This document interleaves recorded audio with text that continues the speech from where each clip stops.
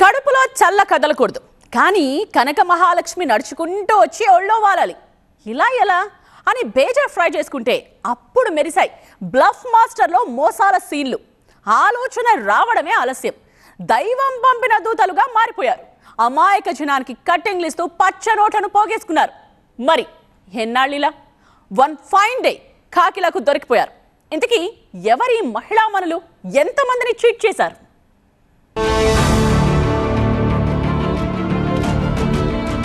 ఓ మట్టి కుండ, ఓ తాయత్తు, ఈ రెండింటిని మడతెట్టి సెంటిమెంట్ని జోడించారు. ఇంకేం, నోట్లు కట్టలు కట్టలుగా వచ్చిపడ్డాయి. మరి ఈ గోల్డ్ పిల్లల సంగతి ఏంటి అనుకుంటున్నారా?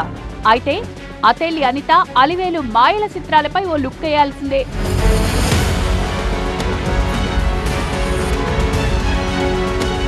ఈమె కోట్ల అలివేలు. ప్రాపర్ నాగర్ కర్నూలు జిల్లా తాడూరు మండలం అంతారం గ్రామం. భర్తతో కలిసి కూలి పనులకు వెళ్లేది. వచ్చే సంపాదన సంతృప్తినివ్వక 3 ఏళ్ల క్రితం నాగర్ కర్నూలులోని అయ్యప్ప నగర్కి షిఫ్ట్ అయింది. అక్కడో దుకాణం తెరిచింది. ఇచట అనారోగ్య సమస్యలు, ఆర్థిక ఇబ్బందులు తగ్గించబడను అని బోర్డు పెట్టుకుంది.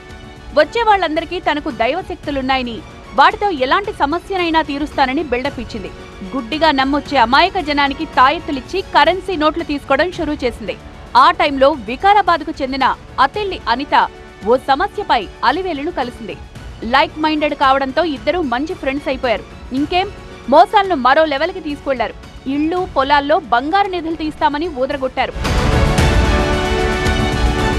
6 నెలల క్రితం బిజినేపల్లి మండలం నందివడ్డేమాన్ గ్రామానికి చెందిన శ్రీరామ్ సాగర్ తన కూతురికి అనారోగ్య సమస్యలున్నాయంటూ వాళ్ళిద్దరినీ కలిశాడు. నాడిపట్టి వచ్చిరాని వైద్యమేదో చేసి కలరింగ్ ఇచ్చింది. అంతలోనే అవసరం పేరుతో డబ్బులు కావాలని 4 లక్షలు తీసుకున్నారు. నెలలు గడుస్తోన్నా తీసుకున్న మొత్తం తిరిగివ్వలేదు. పైగా మీ ఇంట్లో బంగారు గనుందని, అవి పూజలు చేసి వెలికి తీస్తామని శ్రీరామ్ సాగర్ను నమ్మించారు. అలా 2-3 సార్లు ఇంట్లోకెళ్లి పూజలు చేశారు. కానీ అవేవీ వర్కౌట్ కాలేదు. దీంతో ఇచ్చిన డబ్బు తిరిగివ్వాలని శ్రీరామ్ సాగర్ పోరు పెట్టాడు. అటు నుంచి రెస్పాన్స్ లేకపోవడంతో పోలీసులను ఆశ్రయించాడు. ఇద్దరిని అదుపులోకి తీసుకుని విచారిస్తే గుప్త నిధులు, క్షుద్ర పూజల పేరుతో చేసిన మోసాల చిట్టా మొత్తం విప్పారు. నా దగ్గరికి కొంచెం దేవుడు శక్తి ఉంది.